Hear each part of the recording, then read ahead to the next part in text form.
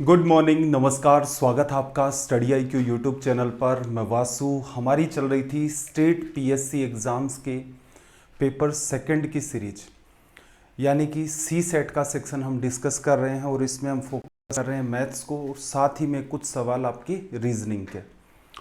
आज हम डिस्कस करेंगे सेट नंबर 5। क्वेश्चन कहाँ से उठाए गए हैं, तो MP PSC और UP PSC एग्ज़ाम्स के अंदर जो प्रीवियस ईयर क्वेश्चंस हैं उनको हमने यहाँ पर लिया है। अगर आप ये चाहते हैं या फिर यूँ कहें आप किसी भी स्टेट PSC एग्ज़ाम की तैयारी कर रहे हैं और आप ये चाहते हैं कि सर ये वाले क्वेश्चंस भी इन सीरीज़ के अंदर शामिल होने चाहिए, तो बिल्कुल आप ऐसा करें। ये टेलीग्राम का चैनल है वासु स्टडी IQ, जहाँ पर आपको इन क्लासेस के लिंक और PDF मिलते हैं। नीचे है डाउट ग्रुप, यहाँ पर आप इन PDF को सेंड कर सकते हैं। जितनी भी PDFs हैं आप उनको सेंड कर दीजिए। टाइपिस्ट से हम लोग उनको अलग करवा लेते हैं और उसके बाद में हम उनको आपके सामने रिप्रेजेंट कर देंगे। तो मुझे उम्मीद है कि आप ये काम कर लेंगे। आज का सेशन स्टार्ट करते हैं। क्वेश्चन नंबर फर्स्ट, और आप अपने सजेशन भी रख सकते हैं कमेंट सेक्शन के अंदर कि आपको क्या लगता है किस टाइप के हमें और सुधार करने चाहिए इसके लिए, या UPSC के लिए हम लोग सीरीज स्टार्ट करें या इसी से काम चल जाएगा। देखना जरा क्या कहा भाई। 3 अभाज्य संख्याओं का योग 100 है। आपके पास 3 प्राइम नंबर हैं और उनका सम 100 गिवन है। उनमें से एक संख्या दूसरे से 24 अधिक है। एक नंबर है वो दूसरे से 24 ज़्यादा है, तो उनमें से दूसरी संख्या है। देखो इस सवाल को आप लगा लेना स्टार, कि जो बच्चे SSC की तैयारी कर रहे हैं, CDS की कर रहे हैं, वो भी इस सवाल पर स्टार मार्क कर देना। यहाँ पर इसने क्या कहा कि 3 प्राइम नंबर का सम कितना आपके पास 100 है। एग्जामिनर आपका जस्ट यहाँ पर कॉमन सेंस चेक करना चाहता है कि आप उसे अप्लाई कर सकते हैं या नहीं कर सकते। मेरा प्रयास यहाँ पर सिर्फ आपको इन क्वेश्चंस को सोल्व करके दिखाना ही नहीं है। मेरा प्रयास ये है कि क्वेश्चन की हर डायमेंशन पर हम चर्चा करें और फिर कोई कंक्लूजन निकालने का प्रयास करें। एक तरीका तो ये है कि आप सवाल को बाई ऑप्शन उठा सकते हैं, लेकिन थोड़ा सा चैलेंजिंग हो जाएगा, तो फिर दूसरा तरीका प्रीफर करते हैं। देखना जरा, एक बात बताओ, सबसे पहले हमें नॉलेज होना चाहिए प्राइम नंबर का। प्राइम नंबर्स या फिर अभाज्य संख्याएं। अभाज्य संख्याओं के लिए मस्ट कंडीशन क्या है, इसके सिर्फ 2, only 2 unique factors.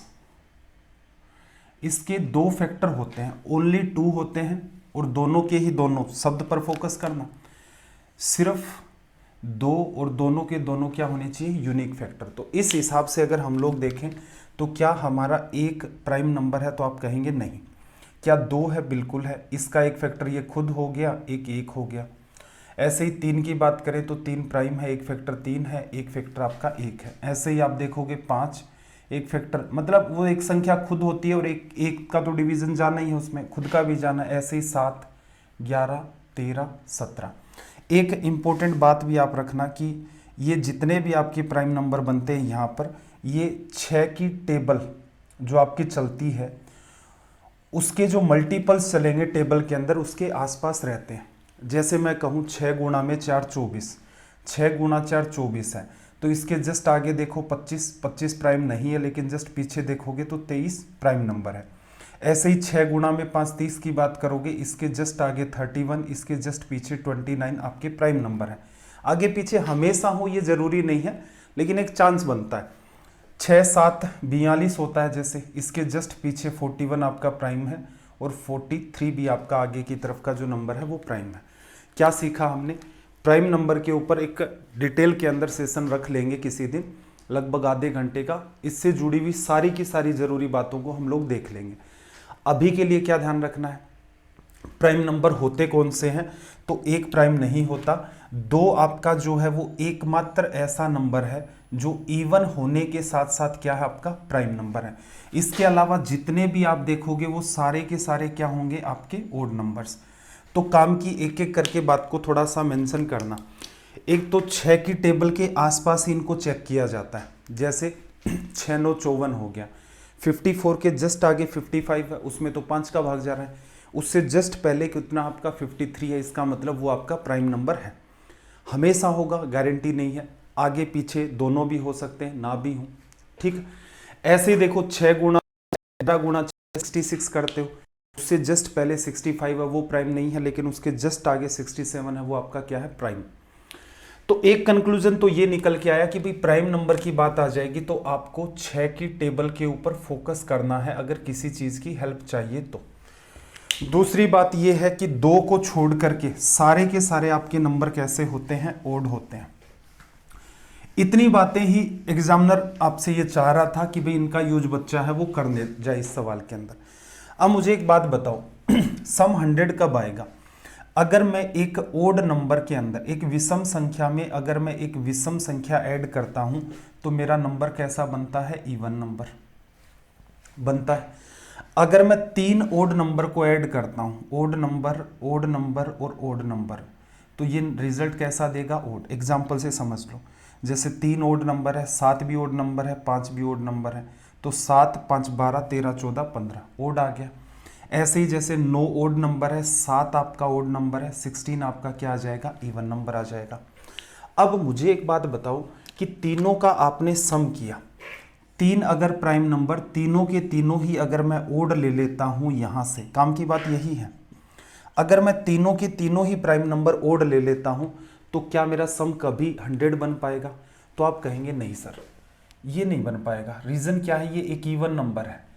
3 odd numbers को अगर आप ऐड करेंगे तो उसका रिजल्ट कभी भी इवन नहीं निकल के आएगा।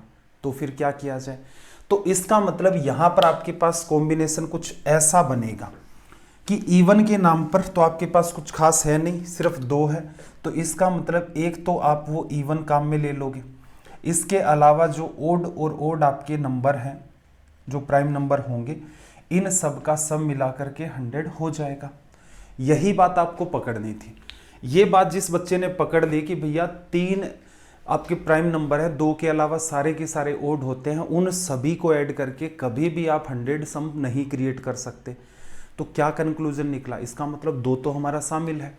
तो इस सवाल में इतनी डायरेक्शन अगर आपने जज कर दी, ये जज कैसे करते हैं देखो, या तो किसी स्टूडेंट ने प्राइम नंबर के ऊपर सेशंस देख रखे हों, क्वेश्चंस भी कर रखे हों, गिने चुने एक ही टाइप के सवाल होते हैं, इसके अंदर जो आपने कॉमन सेंस डेवलप किया है वो इसी पैटर्न के ऊपर 6-7 सवाल और भी बन जाते हैं, वहां भी आपका काम आएगा। तो ऑल ओवर कंक्लूजन ये निकला कि भाई हमारे पास एक तो 2 है इसके अंदर, मस्ट है ऐसा, ठीक है।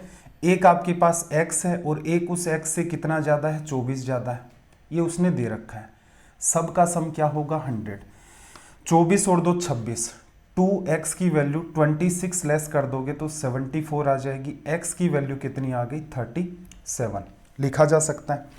एक आपके पास 37 है, एक आपके पास 2 है, बचा हुआ कितना होगा, 37 में 24 ऐड कर दो तो ये कितना आ जाएगा, 1 और 6। ये आपका क्या हो गया यहाँ से रिजल्ट। तो मुझे उम्मीद है आपको ये लॉजिक पसंद आया होगा, समझ आना जरूरी है, पसंद आए या ना आए, समझ आ गया होगा मेरे ख्याल से।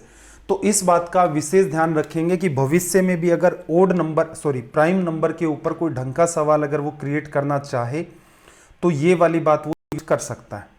अगला सवाल, लैंग्वेज थोड़ी सी लंबी है इसकी तो मैं जूम कर देता हूं, ध्यान से आप क्वेश्चन की लैंग्वेज को देखें। बड़ी लैंग्वेज देने का पर्पज यही रहता है एग्जामिनर का कि कुछ स्टूडेंट जिनकी तैयारी ठीक ठाक नहीं है वो बड़े सवाल को हैंडल नहीं कर पाते हैं, सवाल इजी हो तो भी हैंडल नहीं कर पाते हैं या छोड़ ही देते हैं पहली बार में, तो कि अटेम्प्ट ही नहीं करें, बहुत लंबा है, गौर से देखना। क्या कहा, उत्पादन हेतु प्रति यूनिट 60 रुपए की लागत वाली उत्पाद को प्रति माह 1200 यूनिट की औसत दर पर बेचा जा रहा था। कि किसी चीज का प्रोडक्शन किया गया जिसकी प्रोडक्शन कॉस्ट या कॉस्ट प्राइस कितनी है, 60 रुपए, ऐसी कितनी यूनिट बनाई जा रही है, अभी 1200 यूनिट बनाई जा रही है। फिर क्या कह रहा था कि उत्पाद में सुधार करने के बाद उसी उत्पाद को प्रति माह 2000 यूनिट की औसत दर से बेचा गया, कि प्रोडक्शन था उसके अंदर कुछ इंप्रूवमेंट कर लिया। इससे क्या हुआ, पहले 1200 यूनिट बेची जा रही थी, अब 2000 बेची जा रही है। हालांकि नए उत्पाद को बनाने में 5% और अधिक खर्चा हुआ, कि पहले जितना खर्चा लगता था 60 रुपये, उसका 5%, 60 का 5%, 6 गुणा 5 30, 3 रुपये आ जाएगा। या 60 का 10% कितना होता है, 6 रुपये, तो 5% कितना होगा, 3 रुपये। अब कॉस्ट कितनी है, 63 रुपीज। अगर प्रत्येक बार निर्माता द्वारा तय की गई बिक्री का मूल्य प्रति यूनिट 75 रुपीज़ था, तो नए उत्पाद के साथ प्रति माह निर्माता को अतिरिक्त लाभ कितना होगा। वो क्या कह रहा है कि दोनों ही केसेस के अंदर जो सेलर है या जो मैन्युफैक्चरर है वो क्या करता है, इनको 75 रुपीज़ में सेल आउट करता है।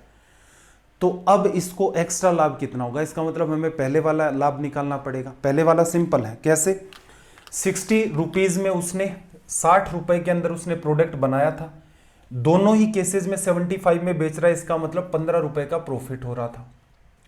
कितनी यूनिट बनाई भाई, 1200 यूनिट बनाई, तो इसका मतलब कुल मिलाकर के उसे प्रॉफिट कितना होगा, 15 12 आपका 180 होता है। तो आप कह सकते हैं उसे 18,000 रुपए का प्रॉफिट हो रहा था पहले। अब देखो कॉस्ट कितनी लग गई, 60 रुपए थे, 5% बढ़ा, 10% 6 रुपए, 5% 3 रुपए, 63 में आर्टिकल बना है, बेचा 75 में ही जा रहा है, कितने का प्रॉफिट एक यूनिट पर, 12 रुपए का। इस बार यूनिट कितनी है अपने पास भाई, अपने पास यूनिट है 2000, 12 गुना में 2 24, इसका मतलब अब कुल मिलाकर के प्रॉफिट होगा कितने का, 24,000 का। क्या कह रहा है कि जो मैन्युफैक्चरर है उसको एक्स्ट्रा लाभ, एक्स्ट्रा देख लो इन दोनों का डिफरेंस साफ साफ दिख रहा है, एक्स्ट्रा प्रॉफिट कितना आगे भी 24,000 18,000 कितना 6,000 रुपए, ये आपका निकल के आ गया आंसर। इजी है सवाल, लैंग्वेज बहुत लंबी है बट प्रॉपर मैनर में, ये काम आपको बाद में भी करना है कि एग्जाम में कभी भी क्वेश्चन को देख करके नहीं घबराना होता है कि लंबा चौड़ा सवाल दे दिया तो इसको मैं अब कैसे डील करूंगा। थोड़ा सा पेशेंस बनाए, एक एक लाइन को गौर से पढ़े। हो सकता है जैसा आप सोच रहे हो उस लेवल का सवाल नहीं था, एकदम ही आसान था। जैसे यही सवाल मान लो, दो संख्याओं का HCF और LCM क्रमशः 12 और 144 है, हाईएस्ट कॉमन फैक्टर या महत्तम समापवर्त्य कितना है भाई 12। LCM की बात करें तो ये आपका है 144। फिर इसने क्या कहा, एक नंबर जो है आपका वो 36 है और आपसे कह रहा है कि आपका जो सेकंड नंबर है वो क्या होगा। एक तो सीधे सीधे बात ध्यान रखना, इसका ऑल ओवर कंक्लूजन ये होता है, सिर्फ दो ही नंबर जब होते हैं, first number into second number equals to में आपका आता है लीस्ट कॉमन मल्टीपल इंटू में हाईएस्ट कॉमन फैक्टर, लघुत्तम समापवर्त्य गुणा में महत्तम समापवर्त्य। इसके हिसाब से करोगे तो कुछ था ही नहीं इस सवाल में। फर्स्ट नंबर 36, सेकेंड नंबर आपको यहाँ से फाइंड करना है, LCM आपको 144 दे रखा है और HCF की बात करें ये आपको 12 दे रखा है। 36 गुणा में 4, 36 गुणा 2 72, 72 गुणा 2 144, 4 बार कट गया, तो सेकेंड नंबर आपका निकल के आ गया 48, ये आपका रिजल्ट है। थोड़ा सा इसको मैं एक्सप्लेन कर देता हूँ कि एक्चुअल में ये बात कैसे निकल के आती है, एग्जाम्पल से समझेंगे थोड़ा आसान रहेगा। जैसे आपके पास दो नंबर हैं, एक 12 है एक 15 है, दोनों नंबर का HCF मेरे ख्याल से हर बच्चा जानता होगा कि क्या निकल के आता है 3, और दोनों का LCM जो है वो क्या निकल के आता है यहाँ पर आपका 60। ठीक है भाई, अब देखना जरा, 15 को 12 से करोगे 180 आएगा, 60 को 3 से करोगे तो भी 180 आएगा। तो first into second number equals to में क्या होता है, LCM इंटू में HCF। रीजन समझना थोड़ा सा कि ऐसा क्यों है, ऐसा इसलिए है कि 12 को आप इन दोनों में जो कॉमन पार्ट है वो HCF है, बड़े से बड़ा कॉमन पार्ट 3 है वो, तो इस नंबर को आप 3 गुणा में 4 लिख सकते हो। 15 को आप लिखेंगे तो वो क्या हो जाएगा, 3 गुणा में 5 लिखा जाएगा। LCM जब लेते हैं तो किस बात का ध्यान रखते हैं कि उन दोनों के अंदर जो कॉमन पार्ट होता है उसको सिर्फ एक ही बार लिया जाता है, एक बार ले लिया, फिर जो एक्स्ट्रा बचा हुआ पार्ट है उसको ले लिया जाता है। तो ये 3 गुणा में 4 गुणा में 5, तो ये पूरा का पूरा आपका क्या निकल के आता है, LCM। ठीक है, ऐसे ही जब आप पहले नंबर को दूसरे नंबर से मल्टीप्लाई करेंगे तो क्या आ जाएगा, 3 और 4 तो आएगा ही, तो इसका मतलब HCF और जो रिमेनिंग पार्ट है दूसरे नंबर से मल्टीप्लाई करोगे तो इसमें भी क्या आ गया, HCF और दूसरा पार्ट। जब LCM निकालते हो तो आपका क्या आता है, HCF तो आता ही आता है, इसके अलावा जो पार्ट कॉमन नहीं है उसका भी मल्टीप्लाई कर देते हैं। तो जब मैं 3 इंटू 4 3 इंटू 5 करूंगा तो मेरे पास 2 बार आ चुका है HCF, आ चुका है ना, यहाँ पर भी, और LCM में सिर्फ एक बार है, तो उसको क्या कर दिया जाता है, अगेन HCF से मल्टीप्लाई कर दिया जाता है। बाकी बेहतर ये रहेगा कि आप इस बात को ध्यान रख लें क्योंकि ये बहुत आसान सी बात है, हमने इस पर आज चर्चा कर ली, इसका मतलब ये आपको आगे तक बात ध्यान रहेगी। 3 नंबर अगर आपको दे दे तो फिर आपको ऐसा ही कोई ना कोई कॉमन सेंस अप्लाई करना पड़ेगा।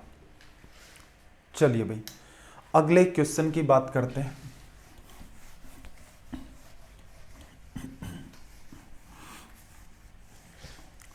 देखो नेक्स्ट क्वेश्चन में इसने आपसे क्या कहा कि एक आयत या रेक्टेंगल की जो पेरीमीटर है वो कितनी है 70 और उसका क्षेत्रफल कितना है 276 वर्ग इकाई, उसकी सबसे लंबी भुजा। अब वैसे देखोगे, अगर इस सवाल को वैसे देखोगे तो ये सवाल बहुत ज़्यादा कॉम्प्लेक्स जाता है।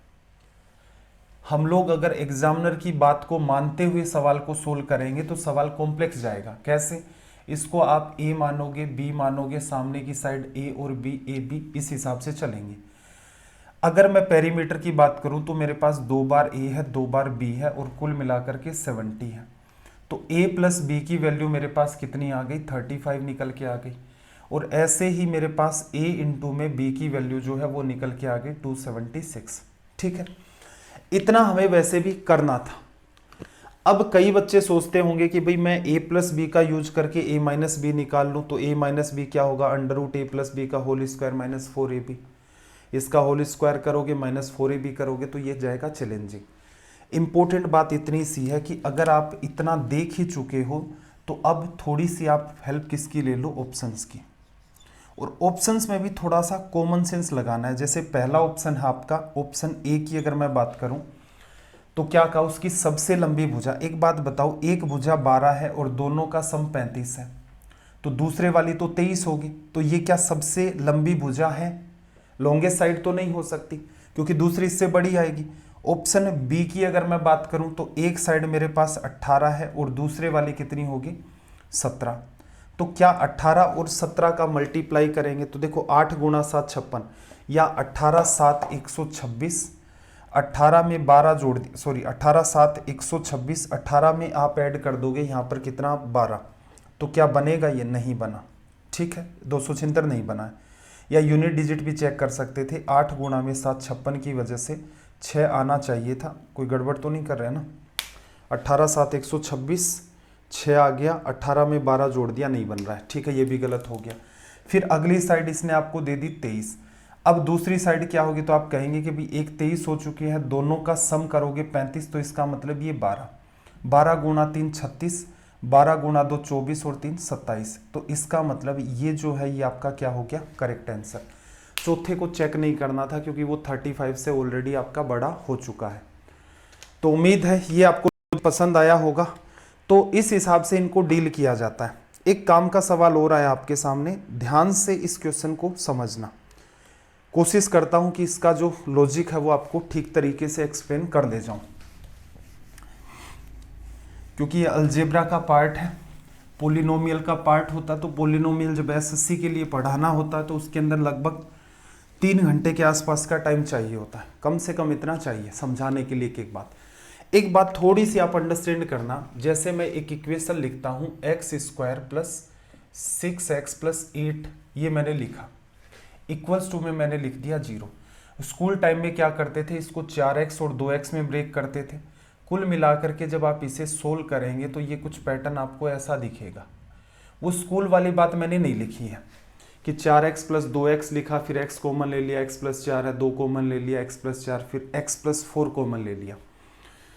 अब ये 0 बन रहा है, दोनों मल्टीप्लाई होकर के। कब कब हो सकता है? एक तो तरीका ये है कि x प्लस 4 इक्वल्स टू में 0 हो तो आप कह देंगे x बराबर -4। एक तरीका ये होता है कि x प्लस 2 0 है तो इसका मतलब x बराबर आपका -2।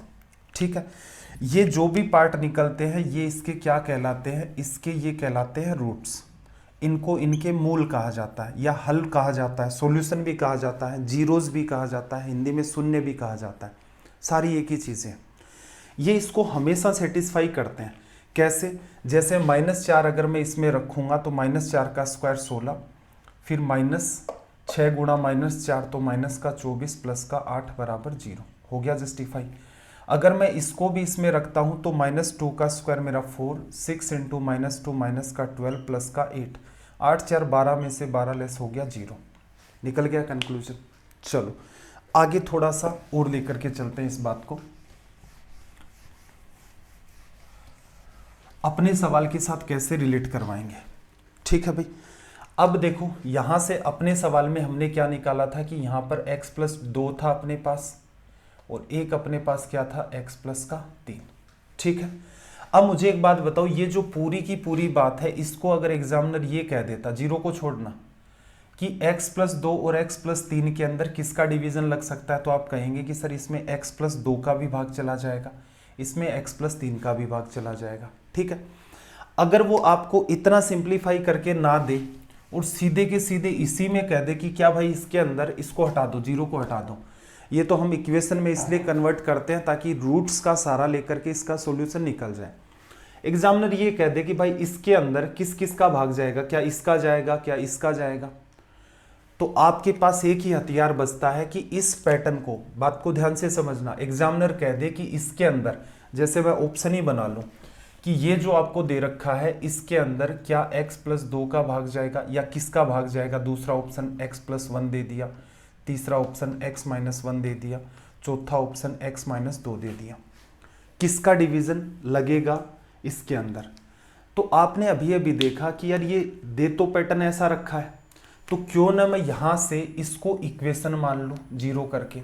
अगर मैं इसको इक्वेशन मानूंगा तो इनमें से जो कोई भी मेरा रूट निकल के आएगा या जो कोई भी फैक्टर होगा इसको मैं फैक्टर फॉर्म में रखूंगा, नीचे जो उसका फैक्टर होगा उससे उसके अंदर डिवीजन लग जाएगा। रीजन क्या है, बैकग्राउंड में आपकी इमेज है ये कि ये दिखने में कैसा होगा, x प्लस 2 और x प्लस 3 जैसा होगा, तो इस तरीके से तो आंसर आ जाएगा। लेकिन ये जो सवाल है इसको क्या आप ऐसे बैलेंस कर पाएंगे, तो मुझे नहीं लगता कि आप इजी वे में, स्मूथ वे के अंदर उसे बैलेंस कर पाएंगे। तो हमें दूसरा समाधान ढूंढना होता है कि जब हमसे ये बात ना बन पाए किसी भी सवाल में तो हम क्या करते हैं, इसको इक्वेशन बना लेते हैं इक्वल्स टू में करके जीरो, और जिसका भी डिवीजन लगता है वो इसके क्या होते हैं, फैक्टर। फैक्टर अगर आपको दे दिया, एक फैक्टर ये है, एक फैक्टर ये है, फैक्टर को जीरो करते ही आपका निकल के आता है रूट, रूट को इक्वेशन में रखते ही वो इसको जस्टिफाई करेगा। ये 4 बना, -12 8, ये जस्टिफाई कर गया, ये हो गया। अगर यहां से आप चेक करते तो x की वैल्यू -1 आती, ये 1 होता, -6 और 8 नहीं जस्टिफाई करता।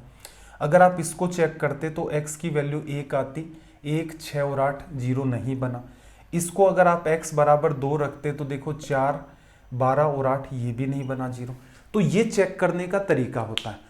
मेरे ख्याल से मोटा मोटी आपको बात अंडरस्टैंडिंग में आ गई होगी कि असल में जब भी कभी ऐसे सवाल आते हैं, अगर आप फैक्टराइज करने के मूड में नहीं हैं, एक तो तब आप ऑप्शन का सहारा लें, एक ये है कि आपको आइडिया ही नहीं लग रहा है कि क्या करें, तो उस केस में आपको ऑप्शंस का सहारा लेना है। जैसे इस क्वेश्चन में क्या करते कि 2x cube plus x square minus का 2x माइनस 1, 4 आपको ऑप्शन दे रखे हैं, option A, option B, option C and option D. अब देखना जरा, पहले ही ऑप्शन में उसने क्या कहा कि 2x प्लस 3 है, इसको मैं जीरो करूंगा, इक्वल्स टू में इसके क्या लगाऊंगा, मैं जीरो लगाऊंगा, जीरो लगा दिया, 3 इधर जाएगा, x बराबर क्या हो जाएगा आपका माइनस का 3/2। इसे आप इसमें रखोगे तो थोड़ा ध्यान रखना, क्या करोगे, माइंड में ही कुछ कैलकुलेशन करोगे, -3/2 का होल क्यूब करोगे तो ये 2 तो आपके पास था, -27/8 आ जाएगा, इसको करोगे तो ये 9/4 आ जाएगा, -2 इंटू में ये आपका -3/2 आ जाएगा, इसको इससे कैंसिल आउट किया 4। अब देखना यहाँ से क्या बन गया, प्लस का 3, इसको जब सोल्व करोगे 27 में से 9 चला गया तो आपके पास कितना बचा, माइनस का 18। इधर क्या बचा हुआ भाई आपके पास, प्लस का 3। क्या दोनों को ऐड करने के ऊपर जीरो बनेगा, तो आप कहेंगे नहीं बनेगा, तो इसका मतलब ये आपका कंप्लीटली गलत हो गया। अगले ऑप्शन को चेक करते हो तो 2x प्लस 1 बराबर 0, 2x बराबर -1, x की वैल्यू कितनी आ गई, माइनस का 1/2। रखना जरा, 2 इंटू में माइनस का 1/8 प्लस 1/4 -2 इंटू में माइनस का 1/2, यहां से तो प्लस का 1, यहां से प्लस का 1/4, ये 4 हो जाएगा माइनस का, ये इससे कट गया, +1 बना, इसका मतलब दोनों ऑप्शन गलत। तीसरा चेक करोगे तो x की वैल्यू क्या आ जाएगी, यहाँ से 3/2।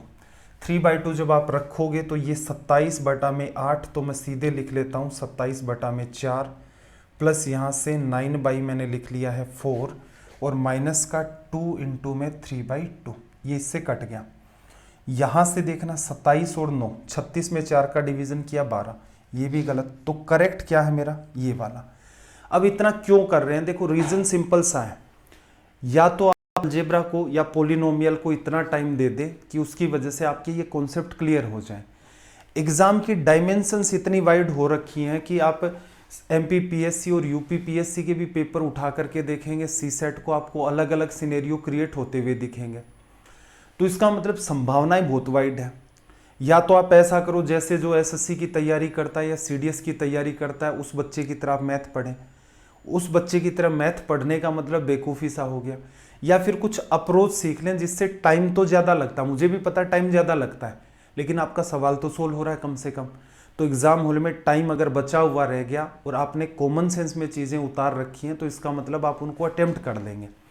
अगर इसे चेक भी करके देखते तो देखना x की वैल्यू क्या होती, 2x - 1 0, x की वैल्यू आपकी 1/2 रखोगे तो ये क्या बन जाएगा 1/4, ये आपका 1/4 - 1 माइनस का 1/2, ये 1/2 बनेगा, प्लस माइनस से कैंसिल आउट होकर के रिजल्ट 0 दे देगा।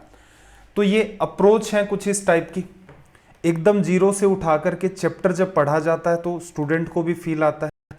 अब हम लोग मोस्ट इम्पोर्टेंट क्वेश्चंस को डील कर रहे हैं तो हो सकता है कुछ कुछ सवालों में उस टाइप की फीलिंग ना आए, फिर भी मेरा प्रयास ये पूरा रहेगा कि उस पर्टिकुलर पार्ट की थ्योरी को जल्दी ही सही कवर करने का प्रयास करो। देखो, गणित की एक परीक्षा में 20% छात्र या स्टूडेंट फर्स्ट डिवीजन प्राप्त करते हैं। यदि इसने कहा कि यदि आंकड़ों को एक पाई चार्ट पर, पाई चार्ट के ऊपर, पाई चार्ट कौन सा होता है, पाई किस में आता है, सर्कल में, इसके ऊपर रिप्रेजेंट करें तो क्या कह रहा है, तो प्रथम श्रेणी के संगत केंद्रीय कोण कितना है। अब देखो ये वैसे देखोगे तो पूरा का पूरा 360 डिग्री का होता है, जैसे एक पार्ट ये हो गया, एक ये हो गया, इसका एक ये हो गया, ऐसे पूरा 360 डिग्री। वैसे देखोगे इसके पार्ट्स करके तो ये किसको बताता है, 100% को, कि क्लास में जितने भी बच्चे हैं वो अपने आप में 100% हैं, और डिग्री में रिप्रेजेंट करोगे तो वो अपने आप में 360 डिग्री को रिप्रेजेंट करते हैं।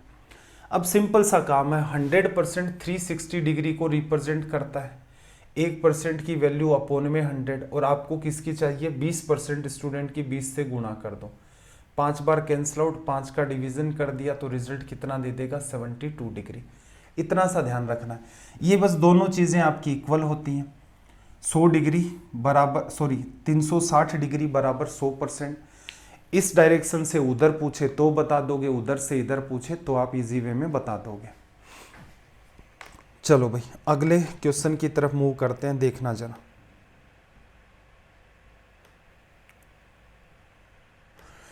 देखो इसने क्या कहा, विकास 40 छात्रों की एक कक्षा में 18वें क्रम पर है, आखिर से उसका क्रम क्या है।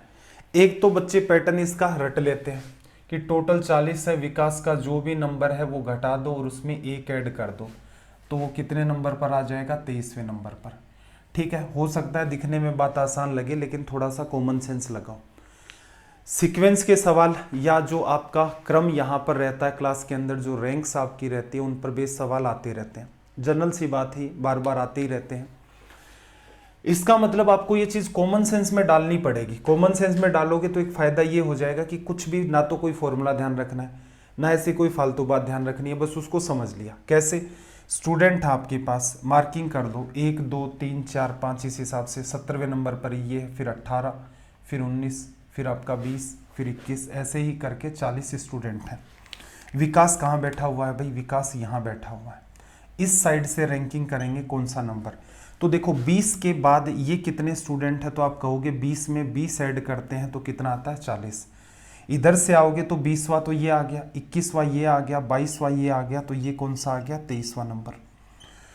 कोई फर्क नहीं पड़ता किस भी टाइप का उसने सवाल पूछ रखा है, आप अपना कॉमन सेंस अप्लाई करें। जैसे आपको ये कह देता कि टोटल स्टूडेंट्स जो है वो आपके पास 150 है, विकास का जो नंबर है वो 67th है स्टार्टिंग से रैंक में, दूसरी तरफ से उसकी रैंक क्या होगी, तो आप सीधे दिमाग लगाते कि भाई 1 से लेकर 67 पर ये बैठा हुआ है, 68, 69, 70 और उसके बाद 150 तक। अब मुझे एक बात बताओ, 70 में आपने कितना जोड़ा कि ये आ गया, 70 के बाद आपने 80 जोड़ा, इधर से काउंट करोगे 80 तो यहाँ आ जाएगा, फिर 81, 82, 83, 84, तो रिजल्ट क्या दे देगा, 84। अब कुछ ऐसे करके सीख लोगे तो ये तो है कि भाई इसके कंपैरिजन में कुछ टाइम ज़्यादा लग रहा है। बात ये घूम फिर के यही बात यहाँ पर भी कही गई है कि असल में देखा जाए ये टोटल स्टूडेंट है, इधर वाले आपने हटा दिए, इधर वाले जैसे ही आपने हटा दिए उस साइड वाले आपके पास स्टूडेंट बचे हैं और आपने इसको भी हटा दिया है। जैसे इस सवाल को समझना, विकास की रैंक 18 थी तो इसका मतलब 40 स्टूडेंट में से 18 हटा दिए, इसका मतलब आपने विकास को भी हटा दिया। पीछे 22 स्टूडेंट बढ़े, उधर से काउंट करते लाए 22 तो स्टूडेंट आगे, लेकिन विकास तो हट चुका है तो विकास उनके जस्ट अगला ही स्टूडेंट होगा, इस वजह से इसका रिजल्ट क्या बन गया आपके पास 23।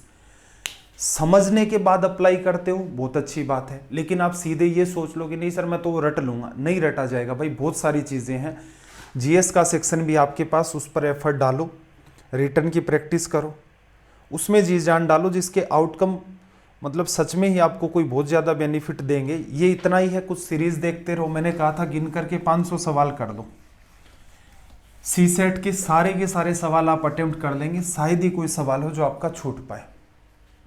अगला सवाल देखना भाई, एक समांतर चतुर्भुज की लंबाई 17, चौड़ाई 11 सेंटीमीटर, एक पैरेललोग्राम है, उसकी लेंथ आपको दे रखी है 17, विड्थ उसकी दे रखी है 11। एक डायगोनल की जो वैल्यू है वो 26 सेंटीमीटर है, दूसरे डायगोनल की लंबाई क्या है। इसका कोई पैटर्न ऐसा है नहीं कि हम लोग कह दें कि ये इसका सब्स्टिट्यूट है, तो आपको एक काम की बात यहाँ पर ध्यान रखनी है, ठीक है। एक काम की बात क्या ध्यान रखोगे, देखना जरा, ये साइड ए, ये साइड बी, ए और ये बी और ये बी, इसको वो लंबाई कहता है, इसको चौड़ाई कहता है। एक आपके पास डायगोनल है ये वाला, यहाँ से लेकर यहाँ तक, इसका नाम मैंने दे दिया डायगोनल 1। एक डायगोनल ये वाला है, इसका नाम हमने दे दिया डायगोनल 2। डायगोनल और साइड्स के बीच एक रिलेशन होता है, रिलेशन आपका इंपॉर्टेंट है, ये आपको ध्यान रखना है, क्योंकि इसका प्रूफ आप एग्जाम हॉल में नहीं कर सकते। डायगोनल 1 का स्क्वायर डायगोनल 2 का square twice of A square plus B square, ये आपका रिलेशन होता है। अगर आप यही एक रिलेशन ध्यान रख लेते हो तो फिर रोम्बस के अंदर आपका काम आसान हो जाता है। रोम्बस में क्या फ़ायदा है, चारों की चारों साइड आपकी इक्वल होंगी।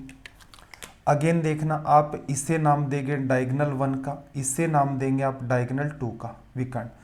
अब रिलेशन वैसा ही बनेगा क्योंकि आमने सामने की साइड्स इसमें भी पैरेलल है, तो रिलेशन वही है, डायगोनल 1 का स्क्वायर प्लस डायगोनल 2 का स्क्वायर। अब इसमें 2 बार ए स्क्वायर था, 2 बार बी स्क्वायर, कहने का मतलब चारों की चारों साइड का स्क्वायर करके जोड़ा गया है। तो यहाँ चारों की चारों साइड का स्क्वायर करोगे, ए स्क्वायर ए स्क्वायर ए स्क्वायर, मतलब बी की जगह भी ए आ गया, तो ये रिजल्ट क्या बन जाएगा 4 ऑफ ए स्क्वायर। तो इससे फायदा क्या हो गया, एक बात ध्यान रख ली, इसके अंदर और कोई उलझाने वाली बात होती है, नहीं होती है। पीछे के जो सवाल हैं रोम्बस में मैंने कॉन्सेप्ट बताया था 90 डिग्री का, उससे धूमधाम से काम चल जाता है। तो अनवांटेड काम भी नहीं करना है, जो इंपॉर्टेंट आएगा बहुत ज़्यादा, और उसको भी मेरा प्रयास ये रहता है कि 2-3 चीज़ों के साथ उसको रिलेट करवा के एक्सप्लेन कर दूं, जिससे एक ही बात ध्यान रखिए और थोड़ा सा कॉमन सेंस लगा करके आप अपना अच्छे तरीके से काम चला सकते हैं, ठीक है। इसी का अगर आप प्रूफ बनाना चाहें तो एक्चुअल में ये जो प्रूफ होता है आप इससे भी बना सकते हैं। रेक्टेंगल ले लिया ए बी, ये वाला जो डायगोनल है इसका नाम दे दिया d1 का स्क्वायर, तो ये क्या होगा ए स्क्वायर प्लस बी स्क्वायर। दूसरा डायगोनल मैंने नाम दे दिया d2 स्क्वायर, तो ये क्या बनेगा आपका अगेन ए स्क्वायर और बी स्क्वायर, दोनों को जोड़ दोगे। बस ये है कि रेक्टेंगल के अंदर ये दोनों की दोनों चीज़ें क्या होती हैं, इक्वल होती हैं। और यहाँ पर फिर ये twice of diagonal d1 square d2 square करोगे, 2 से 2 कट जाएगा, तो A square plus B square d1 का स्क्वायर। तो ये क्या है रिलेशन, कि रेक्टेंगल की एक बात थी बहुत आसान, उसी चीज़ का कि आपको बाई चांस आप भूल भी जाएंगे ना भविष्य के अंदर, तो रेक्टेंगल या आयत वाली बात तो हर बच्चे को पता होती है कि ए का स्क्वायर प्लस बी का स्क्वायर क्या होता है, डायगोनल का स्क्वायर, पाइथागोरस चलता है उसके अंदर। तो ये कि ये बात आपको पता है, दोनों डायगोनल अलग अलग मानने हैं, उतार करके किसके के अंदर रख दो, पैरेललोग्राम में। ये कि ये बात आप उतार करके किस में रख दो, रोम्बस के अंदर। तो असल में आपने क्या किया, पाइथागोरस को ही एक अपने नजरिए में डाल लिया कि यार इतने फॉर्मूले तो मुझे नहीं ध्यान होंगे, इसीलिए मैं आपको कहता हूं कि मेंसुरेशन 3D जो है, मेंसुरेशन 2D जो है, ज्योमेट्री का कुछ पार्ट आपकी एग्जाम के अंदर भी रहता है। तो बेटर ये रहेगा कि रेलवे की सीरीज हम लोगों ने चलाई थी 90 डेज की, लगभग 1750 सवाल हैं। कुछ अलजेब्रा के सेक्शन, ट्रिग्नोमेट्री के सेक्शन, उन सेक्शंस को आप अवॉइड कर देना, तो आपके काम की उसमें लगभग 50 सेशंस आपको मिल जाएंगे। पीडीएफ पड़ी हुई है, पीडीएफ के प्रिंट आउट निकलवा लें टेलीग्राम से लेकर के, जो वासु स्टडी IQ नाम से उसके फाइल सेक्शन में जाएंगे। क्लास 1 to 90 की पूरी पीडीएफ है, उसका एक निकलवा लें प्रिंट आउट, मोबाइल के अंदर रखें उस पीडीएफ को। जैसे क्लास नंबर 31 देख रहे थे और ये लगा कि यार ये क्या सीन है, कैसे करेंगे, तो उसी क्लास नंबर 31 के ऊपर लिखा हुआ जहाँ से वो स्टार्ट होती है कि click here to watch video class, तुरंत क्लिक करोगे, तुरंत के तुरंत यूट्यूब पर वीडियो क्लास में चले जाओगे। कुछ भी सर्च करने की नीड नहीं है, कहीं कॉन्सेप्ट ठीक लगा तो वहीं का वहीं मेंशन कर दिया। और सी सेट को स्पेशली फोकस होकर के हम लोग यहाँ करते हैं। तो जिस बच्चे ने मान लो वो बेसिक कवर कर रखा है, 2x पर देख करके ही कर लो, 25 घंटे में ही हो जाएगा 50 सेशन। 2x पर करके भी देखोगे तो भी मेरे लिए इन चीज़ों को एक्सप्लेन करना बहुत ईजी होगा और आपको लग जाएगा कि मैथ्स असल में कोई फॉर्मूला का बहुत ज़्यादा खेल है नहीं। अगर आपको यकीन नहीं होता है तो आज आप जाना वासु सर रेलवे क्लास 1 देखना, रिवीजन वाली नहीं, क्लास 1 मेंसुरेशन 3D की है। पहली क्लास अगर आप देखोगे तुरंत के तुरंत समझ जाओगे कि जिन चीज़ों को ये मान रहे थे कि volume pi R square H का अलग है, 1/3 पाई आर स्क्वायर एच होता है, 4/3 पाई आर क्यूब होता है, बहुत सारे हैं। 15 मिनट भी देखोगे इतने में आपको आइडिया लग जाएगा कि ये फॉर्मूले असल में देखा जाए तो रटने के नहीं है, समझने के। एक बार आप समझ गए तो आपको कोई ये भी कह देगा ना कि पिरामिड के वॉल्यूम का फॉर्मूला क्या होता है, आप उसको बता दोगे कि ये होता है भाई, ऐसे निकाला जाता है। तो सेम टू सेम वो का वो सिनेरियो यहाँ पर आपका क्रिएट होता है। तो ये छोटी सी बात जिस बच्चे को पता है, रेक्टेंगल से मैं इसको ले गया था पैरेललोग्राम पर, पैरेललोग्राम से इसी बात को मैं रोम्बस पर ले गया, पाइथागोरस फॉर्म का ही ये दूसरी फॉर्म के अंदर कन्वर्ट करके यहाँ अप्लाई हो जाता है। अब काम की बात सुनो, लंबाई कितनी दे रखी है भाई, 17 और 11। एक डायगोनल मैंने मान लिया D1 का स्क्वायर, दूसरा डायगोनल 26 का स्क्वायर 676, ट्वाइस ऑफ पहली साइड 17 का 289, दूसरी साइड 11 का 121। डायगोनल 1 का स्क्वायर बराबर, इसको ऐड करोगे तो कितना आ जाएगा, ये आपके पास 9 और 1 10, 8 10 11 3 4 410, ये आ जाएगा आपका 820 माइनस 676। सोल्व करोगे तो कितना आ जाएगा भाई, 4 7 8 4 12 6 7 144। अंडर रूट कर दो, D1 की वैल्यू कितनी आ गई, 12। तो खेल कितना सा था, इतना सा था। समझने का तरीका आसान था, बस रिलेट करके करें। जैसे जीएस में चीज़ें रिलेट होती हैं, बिल्कुल मैथ्स में भी ऐसे ही चीज़ें रिलेट होती हैं कि कुछ पार्ट आप सीखते हैं, कुछ अपना कॉमन सेंस डेवलप करते हैं, उसके थ्रू कंक्लूजन के निकलने स्टार्ट हो जाते हैं। अगला क्वेश्चन देखना जरा, सीरीज का एक सवाल आपके सामने रखा गया।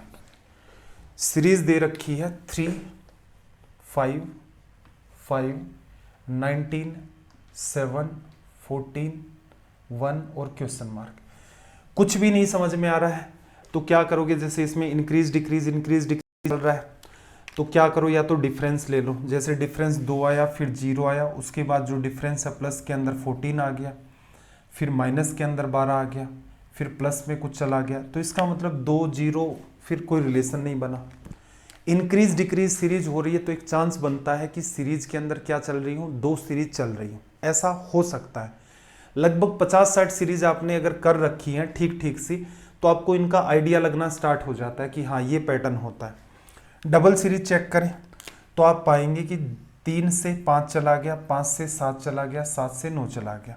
इसका मतलब यहाँ तो चेक करने की नीड नहीं है, इसको मैच करवाना है। 5 से 19 कैसे और 19 से 41 कैसे, तो एक लॉजिक मैं यहाँ लिख देता हूँ, बहुत ज़्यादा दिमाग लगाने की नहीं अपने को। 19 जो क्रिएट किया है वो 5 इंटू में 4 माइनस 1 से बना है। ये किससे बना है, तो आप कहोगे कि सर ये 6 गुना में 7 से बना है और उसमें से 1 लेस कर दिया। 4 गुना 5 माइनस 1, 6 गुना 7 माइनस 1, अगला क्या आ जाएगा, 8 गुना में 9 माइनस 1, 71। सीरीज इंपॉर्टेंट है भाई, एक बार आपने कर रखी है तो इस पैटर्न को पकड़ने की संभावना आपकी बढ़ जाती है। नहीं कर रखी है तो फिर मेरे ख्याल से लॉजिक पकड़ पाना आसान नहीं है। 5 गुना 4 20 कर दोगे, 1 लेस भी कर दोगे, फिर आगे नहीं समझ में आएगा। आगे थोड़ा कॉमन सेंस लगाओगे तो बात पकड़ में आ जाएगी। थोड़ा ध्यान ऑप्शंस की तरफ भी रखना पड़ता है कि कौन से वाला इस पैटर्न के साथ अपना मैच हो जाएगा। चलो भाई, एक आपके सामने सवाल डायरेक्शन के क्वेश्चंस हमेशा ही मान के चला करें आसान होते हैं। बस डायरेक्शन के जो क्वेश्चंस होते हैं डील करने का तरीका क्या है, आपकी इमेजिनेशन थोड़ी ठीक हो। मैप पर ईस्ट इधर होता है, नॉर्थ आपका जस्ट सामने ऊपर की तरफ, ये आपका वेस्ट होता है, ये आपका साउथ होता है। पूर्व नॉर्थ सॉरी ये आपका पूर्व हो गया, पूर्व दिशा हो गई, ये उत्तर दिशा हो गई, ये पश्चिम दिशा हो गई, ये आपकी दक्षिण दिशा हो गई। अब क्या कह रहा है, रतन पवन के 40 मीटर दक्षिण पश्चिम में स्थित है। रतन जो है पवन के, तो इसका मतलब पवन को एकदम मिड में सेट कर दो। और इसके किधर बताया है, साउथ वेस्ट के अंदर 40 मीटर की दूरी पर एग्जैक्ट खड़ा है। ये 45 डिग्री का कोण बनता है, यहाँ पर एग्जैक्ट बताता है। तब यहाँ पर खड़ा हुआ है रतन, दूरी कितनी है, 40 मीटर। अब क्या कह रहा है कि यदि ललन पवन के 40 मीटर दक्षिण पूर्व के अंदर, क्या कह रहा है, ललन पवन के दक्षिण पूर्व दिशा के अंदर 40 मीटर, तो इसका मतलब जितना इधर जैसे बनेगा वैसा का वैसा इधर बनेगा, तो ये कितना आ गया, 40 ही आ गया। ये आपका ललन है। अब क्या कह रहा है, ललन रतन के किस दिशा में है, ये जो ललन है ये रतन के किस दिशा में है, तो आप कहोगे कि भाई ये रतन को उधर देखना पड़ता है, इस साइड में, और इस तरफ देखेगा तो इसका मतलब क्या है, ईस्ट, तो ये आपकी होगी पूर्व दिशा। ठीक है, लैंग्वेज में थोड़ा सा हिंदी इंग्लिश के अंदर हो जाता है कई बार, तो मेरे ख्याल से समझ गए होंगे, इसमें कोई कंफ्यूजन नहीं होता है। डायरेक्शन का जो सवाल है उसको आप हमेशा ही इजी माना करेंगे। अब देखो, अगर आपने पिछले सवाल भी लगातार देखे हैं तो अगला जो सवाल है वो आपका किस पर बेस्ड है, मीडियन पर। मैंने पीछे के क्वेश्चंस में एक्सप्लेन किया था मोड, मीन, मीडियन क्या होते हैं आपके, बहुलक, माध्य और माध्यिका। एग्जाम्पल लेकर के आसान भाषा में आपको 2 ही मिनट में सारी बातें एक्सप्लेन कर दी थी। मीन जो होता है या जो आपका माध्य होता है वो एवरेज होता है। मीडियन क्या होती है, पोजिशनल एवरेज। माध्यिका क्या होता है, स्थिति के हिसाब से जो आपका औसत निकल के आता है वो होता है। कैसे, सारी चीज़ों को असेंडिंग ऑर्डर, बढ़ते हुए क्रम, या फिर डिसेंडिंग ऑर्डर के अंदर, घटते हुए क्रम, आरोही या अवरोही क्रम के अंदर अरेंज करो। जो सबसे बीच में बैठा हुआ नंबर है वही आपका मीडियन होता है।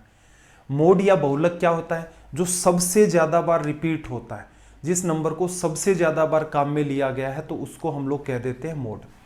तो मीडियन निकालनी है तो अरेंज करना पड़ेगा। पहले तो नंबर देखो कितने हैं, तो 4 तो ऊपर हो गए, नीचे 2 हो गए, 6, फिर बीच में 3 3 6, 12 नंबर हो गए। तो 7 नंबर अपने को लिखने पड़ेंगे क्योंकि 6 एक तरफ रह गए, 6 एक तरफ रह गए। तो सबसे छोटा नंबर आपके पास है माइनस का 4.8। इसके बाद नेगेटिव खत्म हो गया तो फिर उससे बड़ा नंबर आएगा 0। हम इनको असेंडिंग ऑर्डर के अंदर लिख रहे हैं, बढ़ते हुए क्रम या आरोही क्रम में लिख रहे हैं।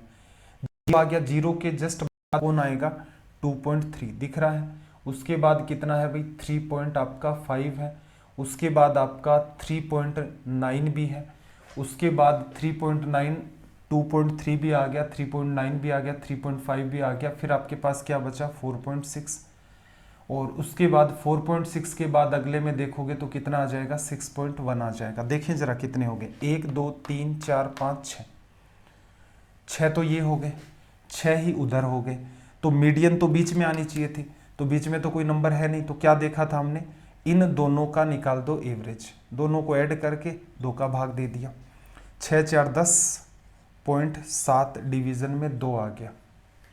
गड़बड़ कर दी हमने तो भाई, 1 2 3 4 5 6, चल तो सही रहा ना ये। तो यहाँ से कितना आ जाएगा हमारा, 5.35 आ रहा है। क्या गलती किया देख लेते हैं थोड़ा सा। -4.8 है, उसके बाद 0 होना चाहिए था, फिर 2.3 होना चाहिए था, 3.5 होना चाहिए था, 3.9 होना चाहिए था, ये भी हमने शामिल कर लिया है। उसके बाद हमारा 4.6 आपका होना चाहिए था, ठीक है। 4.6 के बाद हमारा होना चाहिए था 5.2, ये गलत लिख लिया अभी। असेंडिंग ऑर्डर है तो इसका मतलब इसको थोड़ा गलत लिख दिया। तो क्या करोगे, 4.6 में 5.2 को ऐड करके 2 का डिवीज़न कर दो। 6 2 8 5 4 9 बटा में 2, 4.9 आपका यहाँ से क्या निकल के आएगा, करेक्ट रिजल्ट। सिंपल सा कॉन्सेप्ट होता है मीन, मोड और मीडियन का। सेशन के अंदर पीछे वाले जो क्वेश्चंस आपको करवाए जा चुके हैं उनके अंदर देखना, एक बार समझना है, उसके बाद किसी भी एग्ज़ाम जो नॉर्मल एग्ज़ाम्स रहती हैं उनके जितने भी क्वेश्चंस होते हैं उनको आप बड़ी ही आसानी से डील कर सकते हैं। चलो भाई, अगला सवाल इसने यहाँ पर आपको क्या कहा कि 11 से 50 के बीच कितनी संख्याएं हैं जो 7 से तो डिविजिबल हैं बट 3 से डिविजिबल नहीं। ठीक है, तो यहाँ से देखना जरा, 11 से 50 के बीच नंबर रखने हैं तो 11 और 50 काम में नहीं आएगा। 11 के बाद 7 का मल्टीपल 14, फिर 21, फिर 28, 35, 42 और 49। इनमें क्या होना चाहिए, इनमें 7 का डिवीज़न तो लग रहा है, 3 का नहीं होना चाहिए। तो 7 को 3 से करता हूँ 21 आता है। ऐसे ही 21 का जस्ट डबल करोगे तो 42 में भी तो 3 आता है। इसके बाद जितने भी नंबर हैं उनके अंदर 3 का डिवीज़न नहीं जा रहा है, क्योंकि बनाने का तरीका क्या है, 7 × 3 21 तो पहला ही बनेगा कि 7 का मल्टीपल भी है और 3 का मल्टीपल भी है। इसका जस्ट डबल करोगे तो आपका 42 बनेगा, उसका ट्रिपल करोगे तो और अगला बन जाएगा। तो ये 2 नंबर हटा दिए, फिर अपने पास कितने बचे, 1, 2, 3 और 4। इन सवालों में कोई और एक्स्ट्रा दिमाग लगाने की नीड नहीं होती है। 100 तक भी अगर वो नंबर पूछता तो हम लोग इजी वे में डील कर देते, उससे आगे रेंज बढ़ाता तो फिर कोई ना कोई और कॉमन सेंस लगाते कि कैसे डील होगा, फिर मल्टीपल्स का ही इन्वॉल्वमेंट करते। चलो भाई, नेक्स्ट क्वेश्चन की बात कर देते हैं। क्या कहा, देखो, चक्रवृद्धि ब्याज पर जमा की गई रुपए 12,000 की धनराशि 5 वर्ष में डबल हो जाती है। 20 वर्ष बाद ये धनराशि होगी। ठीक है, कोई कंपाउंड इंटरेस्ट पर पैसा आपका क्या होता है, 5 साल में डबल होता है। तो एक तरीका तो ऐसे समझ सकते हो कि अगर आप किसी को 1 रुपया उधार देते हो तो 5 साल के बाद उससे आप 2 रुपये वापस लोगे। फिर समझना, अगर आप किसी को 2 रुपये उधार देते हो तो 5 साल बाद ये आपके डबल हो जाएंगे, तो इसका मतलब इससे 4 रुपये वापस लोगे। ऐसे ही किसी को 4 रुपये आपने उधार दे दिए तो 5 साल बाद ये डबल होकर 8 रुपये बन जाएंगे। ऐसे ही किसी को आप 8 रुपये उधार दोगे तो 5 साल के बाद ये 16 रुपये उससे वापस लोगे। तो अगर आपने किसी को 1 रुपया उधार दिया है तो 5 साल बाद वो 2 होंगे, अगले 5 साल में 4, उससे अगले साल 5 साल में 8, उससे अगले 5 साल में 16। तो कुल मिलाकर के यहाँ से आप कह सकते हो कि भाई ये 16 टाइम्स चला जाएगा, कितने सालों में, 20 ईयर्स में लिखा जा सकता है। पैसा आपका कितना है, 12,000। तो 12,000 को भी क्या कर सकते हो आप, 16 टाइम्स कर दो तो 3 जीरो तो सीधे सीधे, 16 को गुणा किया 10 से तो 160, 16, 32 जोड़ दोगे 192। ये रिजल्ट है। एक अप्रोच तो ये है। दूसरी, यही कॉमन सेंस आप सीधे सीधे दिमाग में लगा लो कि भाई 20 साल में कितना होगा, 5 साल 5 साल 5 साल 5 साल, 4 गैप बन रहे हैं। 12,000 से 5 साल में 24 हो गया, एक गैप पूरा। 24,000 से 48,000 हो गया दूसरे गैप में। 48 से 96 डबल कर दिया 96,000 तीसरे गैप में। 96 का डबल कर दोगे चौथे गैप के अंदर, 96 का डबल होगा 192 और ट्रिपल जीरो लगे हैं, तो रिजल्ट क्या हो जाएगा, 1,92,000।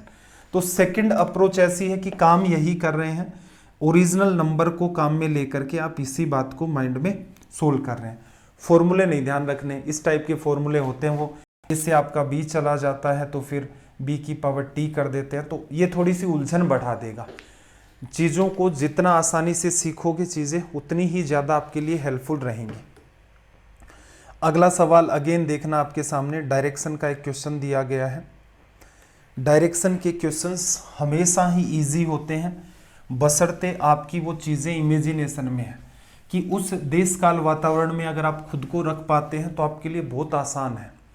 आकाश ने क्या किया, सीधे दक्षिण की ओर 4 किलोमीटर की यात्रा की। आकाश क्या करता है, साउथ के अंदर 4 किलोमीटर की जर्नी करता है, फिर वो लेफ्ट मुड़ जाता है, फिर उसने सीधे 6 किलोमीटर की यात्रा की, फिर उसने राइट ले लिया, फिर 4 किलोमीटर चला। अब वह ओरिजिनल पॉइंट से कितनी दूरी पर है। सारा खेल इमेजिनेशन का है, इमेजिन करते जाओ। ये आपके पास कितना हो गया भाई, ये आपके पास हो गया ईस्ट, नॉर्थ, साउथ और ये आपका वेस्ट। ठीक है, इंडिया के हिसाब से सोचना। आकाश क्या करता है, सीधे सीधे दक्षिण की तरफ चलता है। ठीक है भाई, दक्षिण की तरफ मतलब दिल्ली से वो चल लिया, दक्षिण की तरफ चलेगा कितने किलोमीटर, 4 किलोमीटर। मैं मान लेता हूँ वो कहाँ पहुँच गया है, एमपी के अंदर। अब क्या करेगा, लेफ्ट लेगा। दिल्ली से आया हुआ आदमी लेफ्ट लेकर के किधर की तरफ मूव करेगा, झारखंड की तरफ मूव करेगा। कितने किलोमीटर चला है भाई, 6 किलोमीटर चल लिया। वहाँ फिर मुड़ा, किस साइड के अंदर, राइट साइड में। तो झारखंड से राइट फिर लेगा तो कहाँ चला जाएगा, उड़ीसा की तरफ चला जाएगा। कितने किलोमीटर चला, 4 किलोमीटर। ऐसे नहीं समझ में आ रहा है क्योंकि आपकी जीएस का पार्ट है, तो मैथ्स का टीचर ये एग्जाम्पल मैपिंग का तो ले ही सकता है, या फिर ऐसा नहीं होता तो फिर दूसरा एग्जाम्पल लेते हम लोग, तो कोई यूरोपियन कंट्री लेते, यूरोप से यूरोप में चक्कर लगाते। ऐसा नहीं समझ में आता तो कोई और देश उठा लो कि मंगोलिया है, मंगोलिया से चाइना के अंदर चला गया है, फिर लेफ्ट ले लिया उसने, जापान की तरफ मूव कर दिया, फिर नीचे की तरफ कर दोगे, ठीक है। तो जो साउथ ईस्ट वाले जो देश हैं उनकी तरफ मूव हो जाएगा। या फिर सीधी सीधी काम की बात सुनो, दक्षिण के अंदर आदमी जा रहा है, ठीक है, इस आदमी का मुंह नीचे की तरफ है इस टाइप से, तो इसका मतलब ये लेफ्ट लेगा तो इसके लिए लेफ्ट क्या होगा, ये वाला। अब इधर हो गया, अब राइट लेगा तो इसके लिए राइट ये वाला हो जाएगा। तो खुद को अगर चला करके रखेंगे उस जगह के ऊपर तो आपके लिए ईजी होगा चलना। अब क्या कह रहा है कि वो इनिशियल पॉइंट से कितनी दूरी पर है, तो मिला दो भाई इनिशियल पॉइंट को यहाँ से। 4 किलोमीटर दक्षिण, लेफ्ट में मुड़ा, फिर राइट में मुड़ा। ये पॉइंट से इस पॉइंट की दूरी, तो क्या करें, राइट एंगल बनता है इस केस में। इसको अगर इससे मिला दूं मैं सीधे सीधे, ये 6 और ये मेरे पास 4। एक्चुअल में आप देखोगे तो ये राइट एंगल ट्रायंगल बन रहा है।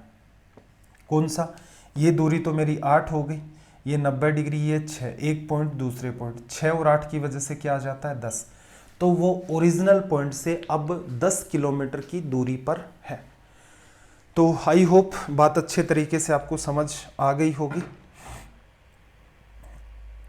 देखना जरा अगला सवाल देखो, लैंग्वेज को थोड़ा सा रीड करना। और ये जो सी सेट के जो सवाल होते हैं पेपर सेकंड के, इसमें जब भी कभी मैंने ऑब्जर्व किया एमपीपीएससी और यूपीपीएससी को तो बहुत बेहतरीन तरीके से, तो मैंने ये पाया जब भी वो लंबी लैंग्वेज देता है वो सवाल आसान होते हैं। बस वो हो सकता है कि कुछ बच्चों का कॉन्फिडेंस ब्रेक करने का प्रयास कर रहा हो कि कुछ देख करके जो मैथ्स इनका ठीक नहीं होता वो पहले ही भाग जाएंगे, नहीं यार ये अटेम्प्ट नहीं होगा। गौर से देखना, अमन, अनिल, अतुल ₹10 की लॉटरी टिकट खरीदने के लिए सहमत है। मतलब वो क्या करेंगे, कोई लॉटरी टिकट है परचेज करेंगे। अमन 5 रुपये, अनिल 3 रुपये और अतुल 2 रुपये का योगदान करता है। 10 रुपये की टिकट है, तीनों ने 5 रुपये 3 रुपये 2 के हिसाब से पे कर दिया।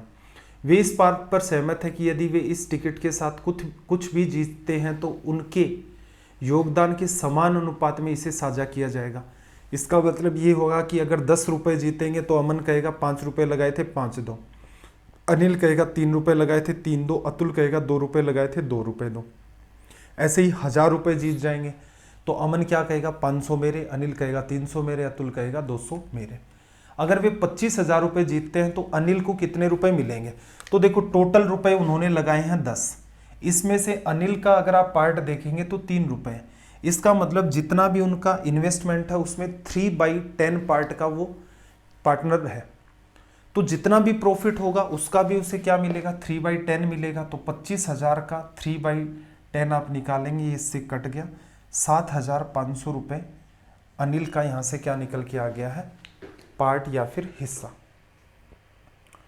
चलो भाई अगला सवाल देखना जरा, लैंग्वेज को रीड करो ध्यान से। देखना इसने आपको क्या कहा यहाँ पर कि रवि के पास राज से 1.5 गुना पैसा है और राज के पास राकेश से 1.5 गुना पैसा है। कुल मिलाकर उनके पास 76,000 रुपये हैं, तो राज के पास कितने रुपए हैं। देखना आपके पास क्या है, एक तो आपके पास है रवि, ठीक है, एक आपके पास है राज और फिर एक आपके पास है राकेश। ये जानबूझ करके ऐसे नाम देता है कि बच्चा एक ही लिखे, आर लिखे, जैसे एक राकेश हो जाता, एक हरी हो जाता, एक श्याम होता, तो RHS सीधे सीधे लिख देता। लेकिन ये नाम भी ऐसे चूज करता है कि बच्चा लिखेगा तो पूरा लिखना पड़ेगा। अब बात को समझो, रवि के पास राज से 1.5 गुना पैसा है, इसका मतलब यहाँ राज के पास जितना भी पैसा होगा उसका 1.5 गुना। 1.5 गुने का मतलब क्या होता है, 3/2 या 1.5 टाइम्स। तो क्या कर लूँ मैं, राज के पास 2 रुपये मान लूँ, इसका 3/2 कर दूंगा तो रवि के पास 3 रुपये आ जाएंगे, ठीक है। राकेश, राज के पास कितना पैसा है, राकेश से 1.5 गुना, इसका मतलब राकेश के पास 2 रुपये हैं तो इसके पास 3 होने चाहिए। अब यहाँ पर राज क्या है, दोनों में मीडिएटर है, तो इसका मतलब इसकी वैल्यू दोनों ही केसेस में आपको इक्वल दिखनी चाहिए। लेकिन यहाँ तो वैल्यू कितनी है 2, यहाँ कितनी है 3। अगर आपको various ratio two single ratio पता है तब सीधे सीधे कह देंगे कि भाई ये रेशियो आएगा 964। नहीं पता है तो आप ऐसा करो, 2 और 3 को इक्वल करना है, ऊपर वाले रेशियो को 3 से कर दो, नीचे वाले को 2 से कर दो। तो ये राज दोनों ही केसेस में 6 रुपये लेगा। जब राज 6 रुपये लेगा तो रवि कितने लेगा 9 रुपये, और जब राज 6 रुपये लेगा तो राकेश यहाँ से लेगा 2 गुना 2 4 रुपये। तो एक तरीका ये भी होता है, various ratio two single ratio, इसको इससे कर दिया, मीडिएटर को मीडिएटर से, रिमेनिंग पार्ट को इससे कर दिया। पता है तो ठीक है, नहीं पता है तो भी अपना काम चल जाएगा। 76,000 रुपये हैं। तो राज के पास कितना है, राज ये है, इसके पास 6 रुपये हैं। कितने में से 6 4 10 और 19, कुल 19 रुपये की प्रॉपर्टी होती तो उसमें से 6 रुपये राज के पास होते, 6/19 पार्ट। कुल पैसा कितना है भाई 76,000। किससे गुणा किया 4,000 से, 6 गुणा में 4, 24,000 रुपये। यहाँ से क्या निकल के आ गया रिजल्ट। तो मुझे उम्मीद है ये बात आपको अच्छे से समझ आ गई होगी। एक सवाल और देखना जरा, थोड़ा सा जूम कर देता हूं मैं।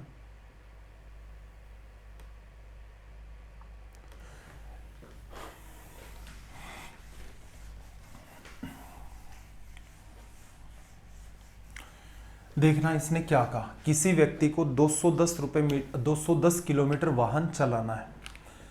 यदि वह 120 किलोमीटर औसत 20 किलोमीटर प्रति घंटा की रफ्तार से 90 किलोमीटर औसत 30 किलोमीटर प्रति घंटा की रफ्तार से वाहन चलाता है और यात्रा के मध्य में नाश्ते के लिए 60 मिनट रुकता है, तो वह कुल दूरी कितनी देर में तय करे। एकदम नकली सवाल है, टाइम ही निकालना है। तो देखना जरा, स्टार्टिंग के 120 किलोमीटर किस स्पीड से चला भाई 20 की स्पीड से, कितना टाइम लग गया 6 घंटे लग गए, कट रहा है सीधे सीधे। फिर दूरी कितनी बची 90, किस स्पीड से 30 की स्पीड से, कितना टाइम लगा 3 घंटे, 1 घंटा 60 मिनट मतलब नाश्ते के लिए। तो कुल मिलाकर के जर्नी में टाइम लग गया 10 घंटे। ये तो बहुत ही ज़्यादा आसान सवाल था, और ये स्ट्रेस नहीं लेना आपको, सारे के सारे वो सवाल हैं जो पीछे पूछे जा चुके हैं। अगला सवाल देखना भाई, इसकी भी अप्रोच थोड़ी सी देखते हैं हम लोग। देखो, आपको जो डेटा दे रखा है उसे अगर आप गौर से देखेंगे तो ये डेटा है आपका 0.9 इंटू में 0.9 इंटू में 0.9, ये हो गया, माइनस 0.4 इंटू 0.4 इंटू में 0.4, डिवीजन कर रहा है यहाँ से 0.9 इंटू में 0.9 प्लस 0.4 इंटू में 0.4 प्लस 0.9 इंटू में 0.4।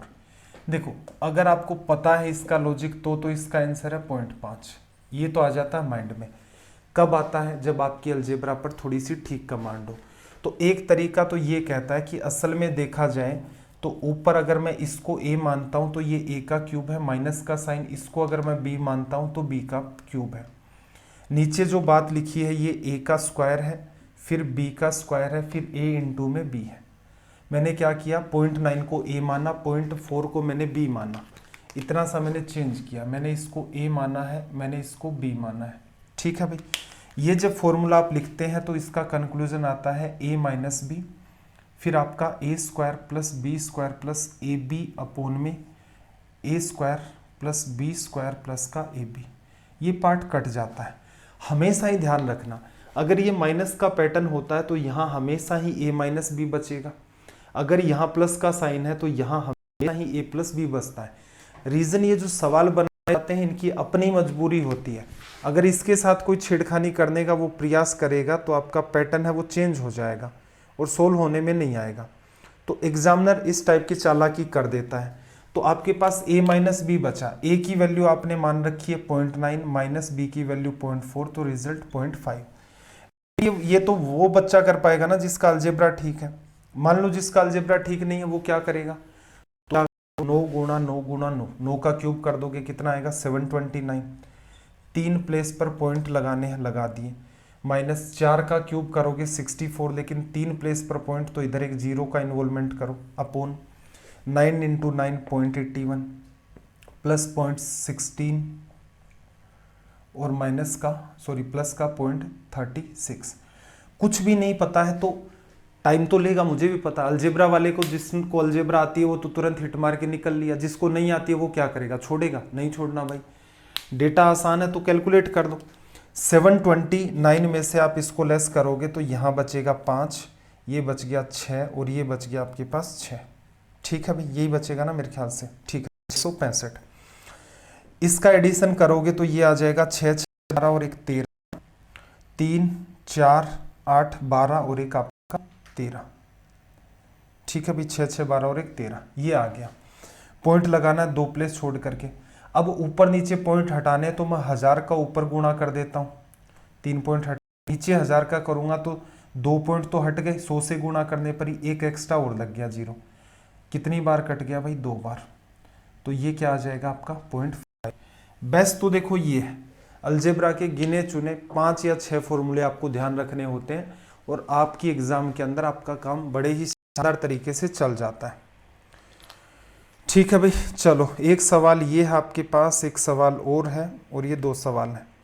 इनको मैं डाल रहा हूँ होमवर्क के अंदर, बन जाती है तो बात ठीक है, स्क्रीनशॉट आप इसका ले लें, अदरवाइज हम लोग इस बात को अगली क्लास में डिस्कस कर देंगे। एक तो ये वाला क्वेश्चन है, एक आगे सवाल और है आपके सामने, ये वाला स्क्रीनशॉट ले लें।